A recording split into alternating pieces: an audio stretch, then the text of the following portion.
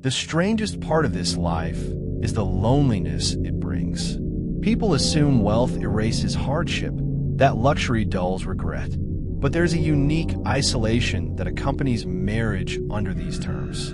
The women in my social circle are just like me, wives of wealthy men. They host charity luncheons, compare designer bags, take extravagant trips. They understand me in a way only fellow golden-caged women can. Yet, I can't confide in them. I can't voice how sometimes I feel like a kept pet, or how I wonder if he'd still look at me the same if I gained 30 pounds, or if I ever truly loved him. These are things unsaid. Instead, we sip our wine, smile, and tell each other how fortunate we are. We exchange updates on our children's schools, the trainers we've hired, or the latest vacation home. We laugh too loudly at unfunny things, because if we don't, we risk breaking down, and no one wants to be the first to crack. I don't hate my life. I don't wake up miserable each day. I have comfort, a stable life, and children I love more than anything.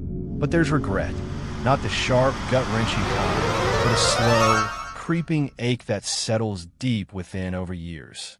I regret never having the chance to fall in love like young girls are supposed to. I regret never building something with someone from the ground up, sharing struggles, dreaming together, fighting over bills, making up over cheap takeout in a tiny rented apartment that belonged to both of us.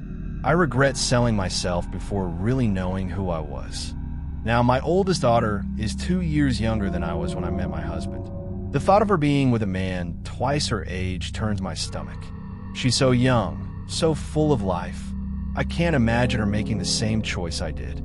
I want to grab her, to shake some sense into her, to warn her, you don't just marry a man, you marry the imbalance, the expectations, and the quiet debt that never truly gets paid. But I don't say it because I know that when I was her age, no one could have told me in a way that I'd listen. I made this bed, and now it's my privilege to lie in it and reflect on the choices I made.